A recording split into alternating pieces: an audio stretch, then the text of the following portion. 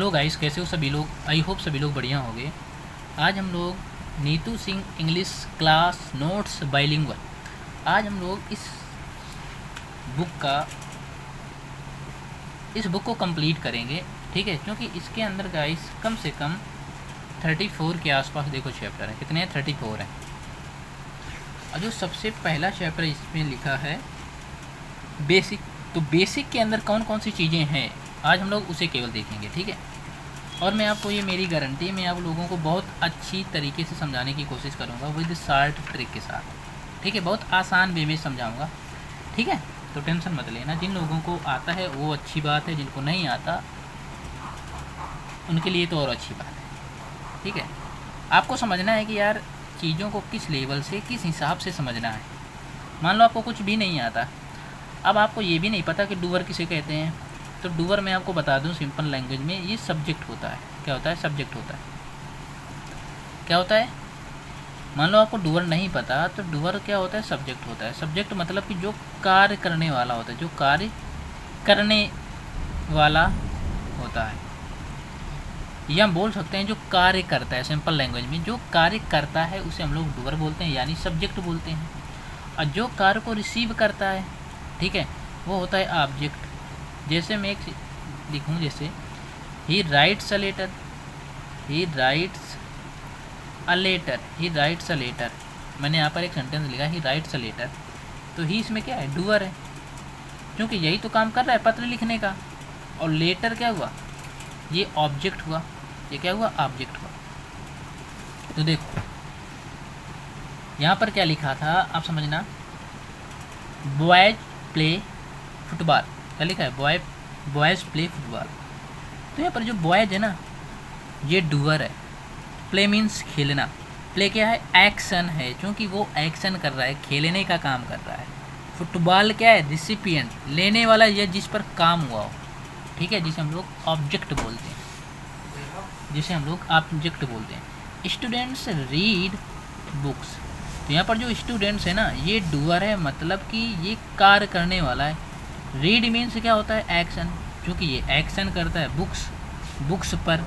तो ये बुक्स क्या हुआ? ऑब्जेक्ट, मतलब कि रिसिपिएंट पर। गर्ल्स टेल स्टोरीज, तो टेल क्या है गाइस? ये टेल है एक्शन, और किस पर एक्शन किया जा रहा है? स्टोरीज पर किया जा रहा है, राइट। आई लव हिम, तो लव क्या हुआ? एक्शन, प्यार करने का एक्शन किया जा रहा है ना। हिम किस पर? उस पर। तो हिम क्या हुआ? रिसिपिएंट, जिस पर किया जा रहा है, जिसे हम लोग ऑब्जेक्ट बोलते हैं। दे टोल्ड द ट्रुथ, तो टोल्ड क्या है? यहाँ पर टोल्ड जो है वो एक्शन है। दे क्या है? करने वाला, राइट। और जिस पर किया जा रहा है, मतलब कि द ट्रुथ, सत्य बोलने का काम किया जा रहा है। तो जो द ट्रुथ है ना, ये ऑब्जेक्ट हुआ। अब यहाँ पर क्या लिखा है आप देख सकते हो, एक मिनट। यहाँ पर लिखा है subject does verb on object, कर्ता क्रिया को कर्म पर करता है, कर्ता क्रिया को कर्म पर करता है।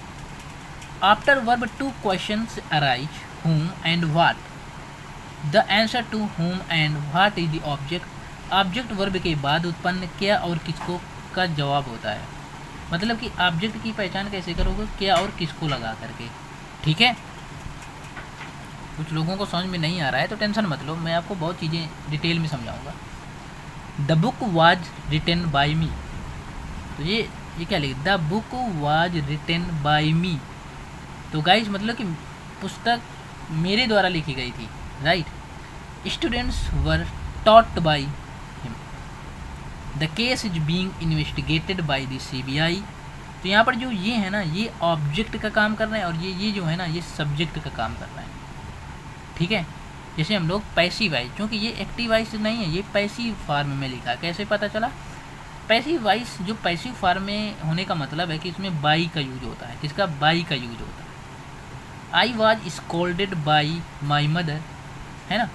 People are fooled by politicians. तो मैं आपको यहाँ पर सिंपल लैंग्वेज में बताऊँ तो एक बात पता हो गई कि ये जो फॉर्म, ये जो सेंटेंस लिखे हैं, ये पैसिव फॉर्म में लिखे हैं।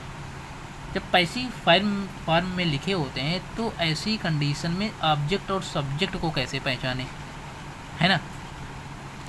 तो ऐसी कंडीशन में जो सबसे पहले लिखा होता है वो ऑब्जेक्ट होता है, और एक्टिव वॉइस को यदि बनाना है तो बाई के बाद में जो लिखा है वो सब्जेक्ट होता है। जैसे मैं आपको बताऊं लिख करके, एक मिनट का देखो, जैसे मैं एक सेंटेंस लिखता हूँ, जैसे लिखा है पहला वाला, एक मिनट, जैसे लिखा है the book was written by me. तो यहाँ पर जो द बुक लिखा है ना, ये ऑब्जेक्ट है, ये ऑब्जेक्ट है, और जो बाई के बाद में ये जो लिखा है मी, ये सब्जेक्ट का काम करेगा।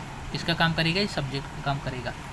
अब जैसे ये सेंटेंस पैसिव वॉइस में था, इस सेंटेंस का एक्टिव वॉइस बनाना है हमें, क्या एक्टिव वॉइस बनाना है, तो सिंपल है।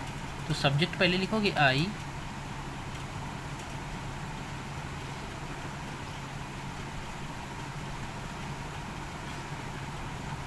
आई रिटेन द बुक, तो I written the book was written by me, है ना। रोट होगा यहाँ पर, रिटेन नहीं होगा, आई रोट द बुक होगा, ठीक है।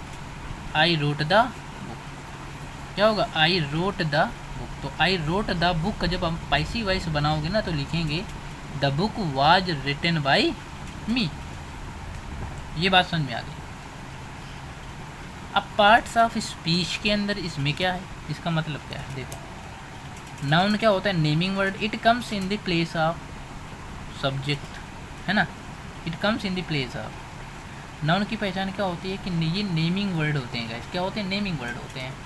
प्रोनाउन क्या होता है, जो replace of noun, it comes in place of noun, मतलब कि जो नाउन के स्थान पर आएगा वो प्रोनाउन होता है, नाउन को यू हटा करके। वर्ब एक्शन स्टेट, जो वर्ब होता है ना, वर्ब स्टेट एक्शन स्टेट होते हैं। एडजेक्टिव क्वालिफाई, जो नाउन या प्रोनाउन की क्वालिटी बताए, है ना। कंजक्शन क्या होता है, ज्वाइनिंग वर्ड, ज्वाइनिंग वर्ड को ही कंजक्शन बोलते हैं। आर्टिकल प्रीसीड्स बाय नाउन, मतलब कि आर्टिकल नाउन के पहले आता है, समझना।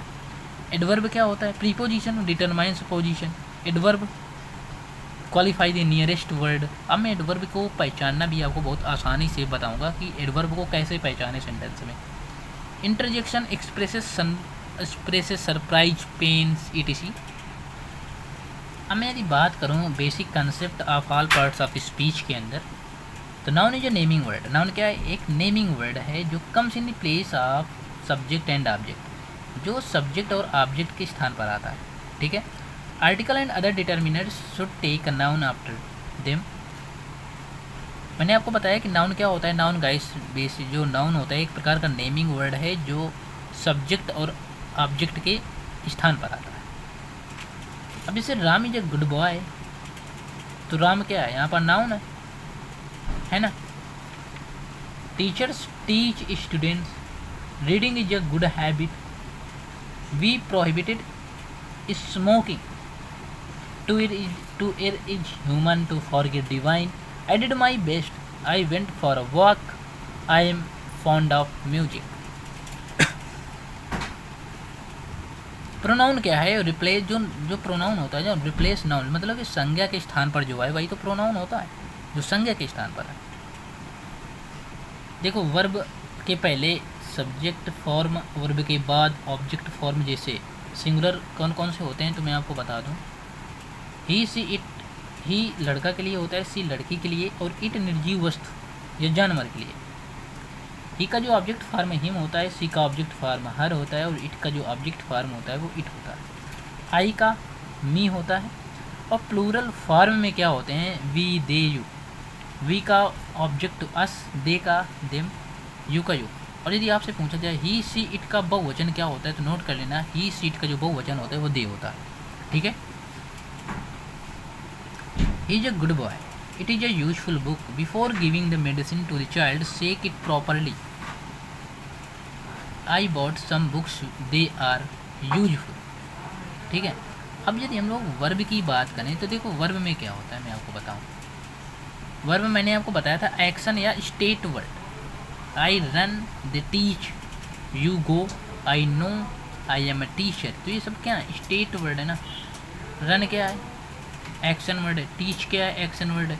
गो क्या एक्शन वर्ड है, नो एंड जो एम है ना ये स्टेट वर्ड है, क्या है स्टेट वर्ड। यहाँ पर साफ साफ गाइस लिखा है we can not make a sentence without a verb, verb के बिना वाक्य नहीं बन सकता, जो मैंने आपको पहले ही बताया।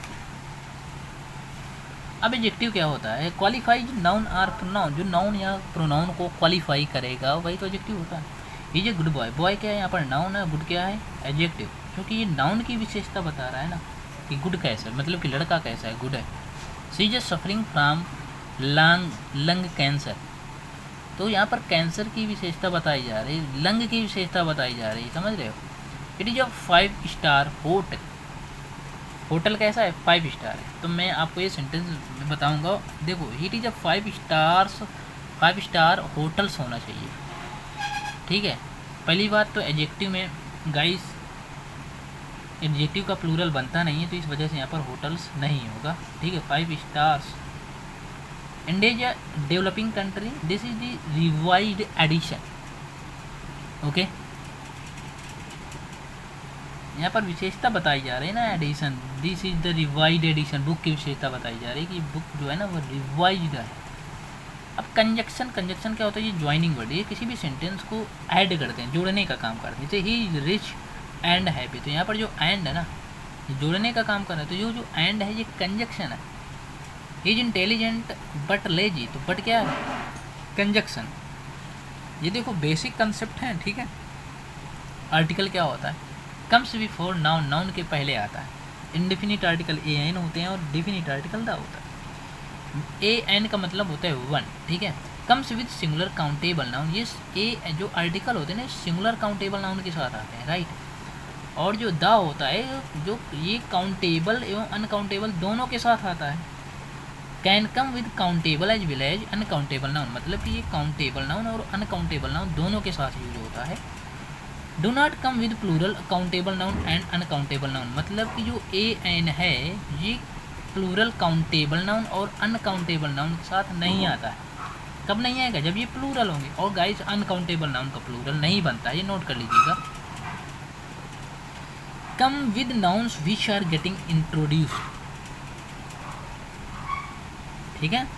Comes with nouns that are defined definite that can be visualised or pointed out. आपको यहाँ पर दो चीज़ों को नोट कर लेना है कि जो ए एन का मतलब होता है वन, और ये जो आर्टिकल होते हैं ये नाउन के पहले आते हैं, किसके पहले, नाउन के पहले आते हैं। और प्लूरल काउंटेबल नाउन का प्लूरल काउंटेबल नाउन में आर्टिकल का यूज नहीं करते। Point to be noted guys, कि प्लूरल काउंटेबल नाउन के पहले आर्टिकल का यूज नहीं करते, ठीक है। जैसे मैं बात कर लूँ ही इज अ सिंगर, ये सिंगुलर है ना सिंगर, तो सिंगुलर काउंटेबल नाउन के पहले तो आर्टिकल आएगा, लेकिन they are a singer, singer से प्लूरल है। और प्लूरल काउंटेबल नाउन के पहले आर्टिकल का यूज नहीं करते हैं, राइट। अरे बात समझ में guys. C gave an advice, advice क्या अनकाउंटेबल नाउन है, और अनकाउंटेबल नाउन के पहले किसी भी प्रकार के आर्टिकल का यूज आप नहीं करोगे। आगे देखते हैं, अब यहाँ से कुछ प्रैक्टिस कर लेते हैं, ठीक है। प्रैक्टिस कर लेते हैं। जैसे ऑरेंज लिखा है, तो आप ये बता सकते हो ऑरेंज, ऑरेंज में कौन सा आर्टिकल आएगा। तो आपको पता है जो ऑरेंज लिखा है ऑरेंज में एन ऑरेंज होगा। और उससे पहले आपको बता दूं जो वावेल होते हैं ना, वावेल 5 होते हैं, A E I O U, right. Eagle, an eagle हो जाएगा। अम्ब्रेला, एन अम्ब्रेला हो जाएगा। यूरोपियन में कौन सा आर्टिकल आएगा, यूरोपियन में ए आएगा। यूनिवर्सिटी में ए आएगा। और 1 rupee coin, honest man, an honest man, year, an year. अब देखो यहाँ पर ईयर लिखा है YEAR। अब ये क्वेश्चन आपको होमवर्क में दिया जा रहा है कि ईयर में कौन सा आर्टिकल आएगा, ठीक है। MP NMP होगा। DCP होगा। ये U लिखा है तो A हो जाएगा। ऑनरेरी लेक्चर्स, ये भी आपको कमेंट सेक्शन में गाइस बताना है कि ऑनरेरी लेक्चर्स में कौन सा आर्टिकल आएगा, ऑनेस्टी में कौन सा आर्टिकल आएगा, पुलिस में कौन सा आर्टिकल आएगा, कमेंट सेक्शन में ज़रूर बताइएगा। अब मिलते हैं नेक्स्ट क्लास के साथ। जो चैप्टर नंबर है हमारा वर्ब को बहुत अच्छी तरीके से कंप्लीट करेंगे गाइस। तो ये वीडियो आपको कैसी लगी है कमेंट सेक्शन में ज़रूर बताइएगा, और आप लोगों का नेक्स्ट वीडियो के अंदर ज़रूर नाम लिया जाएगा। बस जो क्वेश्चन आपसे पूछे गए हैं उसका धैर्य के साथ आंसर कमेंट में करिएगा।